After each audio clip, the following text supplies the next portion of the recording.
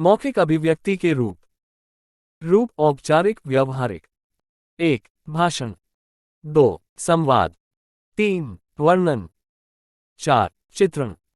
रूप अनौपचारिक व्यवहारिक। 1. बातचीत या वार्तालाप। 2. विवरण। 1. औपचारिक रूप। 1.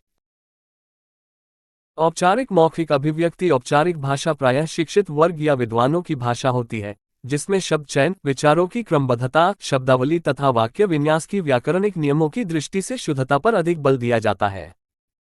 इस औपचारिक भाषा का प्रयोग प्रायः सरकारी कॉन्फ्रेंस, सभा, कार्यालयों, कॉलेजों आदि में किया जाता है। 2. साहित्यिक औपचारिक अभिव्यक्ति। साहित्यिक अभिव्यक्ति में प्रायः औपचारिक तथा मान्य भाषा का अधिकतर प्रयोग होता है।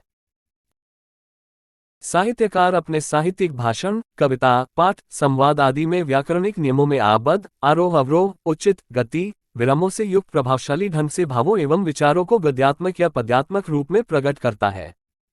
वह भावानुकूल सूक्ति, मुहावरे तथा लोकोक्तियों का प्रयोग करता है। 3. भाषण। किसी विषय विशेष पर किसी जनसभा में अपने विचारों, भावों एवं अनुभूतियों की अभिव्यक्ति ही भाषण कहलाती है। 4. संवाद। संवाद भी औपचारिक भाषा का ही अंग है। दो अभिनेता या संवादक परस्पर संवाद करते समय विराम, भावानुकूल हाव भावों का ध्यान रखते हैं, उपयुक्त शब्द चयन तथा बोलने के लहजे तथा शैली का ध्यान रखते हैं। 5. वर्णन। देखी, सुनी तथा अनुभूत घटनाओं का मौखिक रूप से अभिव्यक्तिकरण अथवा प्रस्तुतिकरण ही वर्णन कहलाता है। 6.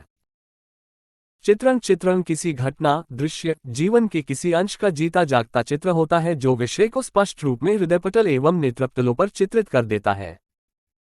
2. अनौपचारिक भाषा रूप। 1. अनौपचारिक मौखिक अभिव्यक्ति। अनौपचारिक भाषा सामान्य जन की भाषा, बोलचाल की भाषा होती है जो अत्यंत सरल तथा स्वाभाविक होती है। अनौपचारिक भाषा आसपास की मिली जुली भाषा होती है। शब्द चयन, व्याकरणिक नियमों, शुद्धता आदि की उसमें आवश्यकता नहीं है। 2.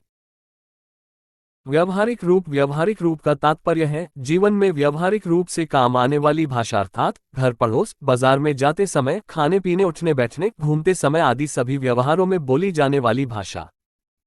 3.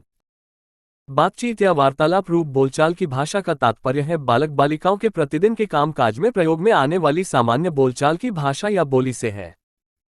4. विवरण। विवरण का तात्पर्य निष्पक्ष रूप से किसी सुनी, देखी, कही गई घटना का निष्पक्ष रूप से प्रतिवेदन देना या विवरण प्रस्तुत करना होता है। विवरण में वस्तु या घटना के कारण से लेकर अंतिम रूप तक रिपोर्ट प्रस्तुत की जाती है।